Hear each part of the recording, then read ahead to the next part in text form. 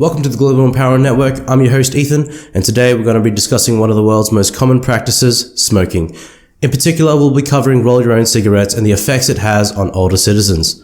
Earlier this week, I interviewed an older gentleman by the name of Albert King. He's a 66-year-old man who's been smoking for the majority of his life, ever since he was a teenager. Now these days, Albert consults for a construction business where he's also a mechanic at home. He's been married for 43 years happily with his wife Barbara, who is 64 years old and also an avid smoker as well. And together, they have 2 children who've moved out of the house many years ago. Today, at the Global Empowerment Network, we wanted to show the viewers some of the research we conducted on an average person in the older demographic target market and what they think about smoking. Coming up is a snippet from the interview from earlier this week. Hi there, how's it going? Good, mate. Yourself? Yeah, I'm good, thanks. I was wondering if I could do a quick interview about smoking with you, if that's alright with you. Yeah, mate. That shouldn't be a problem. Yeah, so we'll start off with your name first. My name's Albert King. Yep, and how old are you, Albert? I'm currently 66 years old. Oh, wow. And I was just wondering, how long have you been smoking roll your own products, by the way? I've been smoking since my teens, maybe around 50 years or so, and I haven't been able to stop since then. Okay. And is there anyone else in your family that smokes? Just me and my wife, really. Started at the same time. Okay. And what about children? Do you have any children that smoke? I got 2 kids. I'm pretty sure neither of them smoke, thankfully. Well, that's really good to hear. And you don't mind smoking in public at all, or do you prefer a private setting? I prefer a public setting. I don't mind smoking in public at all, but when I tend to smoke in public, I get a lot of attention, especially when I smoke. I get a lot of stares, really. Yeah. And where do you tend to purchase your products, and how often do you buy them? I tend to purchase them from my supermarket or anywhere near home, really. Yeah.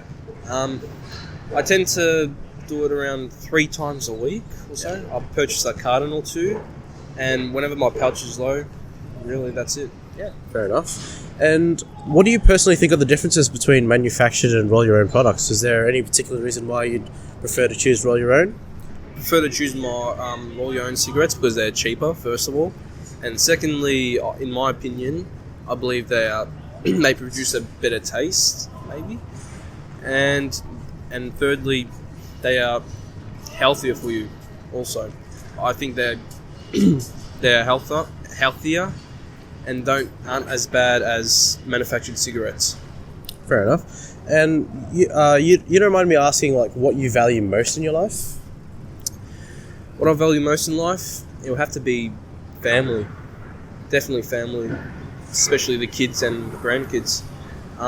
If there was anything to do for anyone, it will definitely be for them first. Yeah, that's a great answer. And now, if you were to imagine your grandkids as smokers, would you be surprised at all? Or would you be shocked? Or would you try to, discourage them to use it? I wouldn't be surprised at all, but I definitely would never encourage it. As a smoker myself for 50 years or so, I know the dangers and risks to smoking, especially for your health, and I wouldn't want that to apply to my kids or grandkids in the future. Yeah.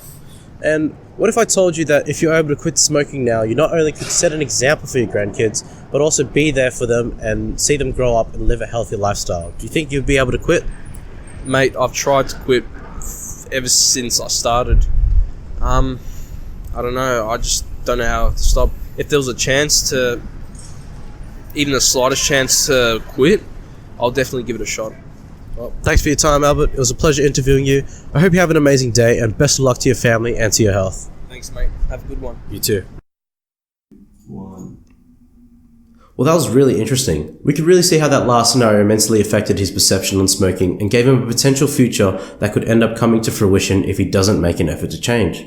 Now, I have an expert in the matter when it comes to smoking and the effects it has on the individual's mind. Why don't you introduce a little bit about yourself, Kevin? Good morning, everyone, and Ethan to you. My name is Kevin Nguyen, and I have a PhD in psychology, and I'm currently working in a marketing department at Lions Media. I have come to propose a certain ad campaign that would alter the perception of roll your own products and inform the market that there's no difference between roll your own and manufactured cigarettes, and that they both pose a health risk. Well, with what I've seen so far from your interview, The category Albert falls under is the empty nest, which is 64 plus old couples with no children at home. In this ad campaign, I would like to grab the viewer's attention by showcasing how smoking can affect an individual's lifestyle. In the initial scene, we can see an elderly person having fun playing with their grandchildren, while also rolling their tobacco on the side. Afterwards, it transitioned to the next scene, where we can see the same elderly person, only this time they're in a hospital bed, hooked into a life support machine, while the grandchildren watch in horror and shock. This was made with the intention to shock the viewer and showcase the emotional scars that can occur from long-term smoking. Ending with a black background with a simple caption, "Not the best memory of their grandparents." It's designed to not only affect the individual, but everyone around them. I want grandparents to see their grandchildren grow up, and I'm hoping this will be a wake-up call for all of those that are currently smoking, and they shouldn't be afraid to ask for help. Wow, that's a really effective advertisement campaign. I mean, I almost started to miss my grandparents just now, and they don't even smoke. Personally, I feel as though family is one of those key figures in your life that can influence you and nurture you into becoming who you want to be in this world. Now, Kevin, you said this ad grabs the viewer's attention. How exactly is it able to leave an imprint in their mind after watching it? Well, as I previously mentioned in this ad, it's all about grabbing the viewer's attention using shock tactics and being very in your face about the whole concept. In the ad campaign, the intention is to establish a relationship between rolling your own tobacco and being in a hospital bed.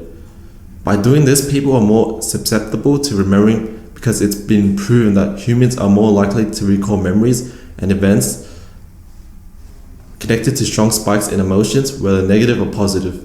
Though the constant repetition of encountering the ad, I'm hoping that it will alter perception of the individual about the consumption of the roll your own products and smoking in general. Thanks, Kevin, for your expertise on the matter. The viewers and myself are greatly appreciative of the information you delivered us today. As you guys can see, even in their old ages, it's still possible to help these guys kick their addiction with a simple and effective ad concept.